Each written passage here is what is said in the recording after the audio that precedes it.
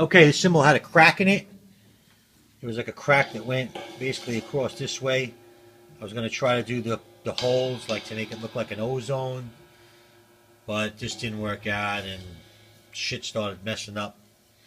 So I got this now. Looks terrible, but it's the crack is not there anymore. Cymbal is separated over here, so there's no more rattling. And actually, it sounds pretty good.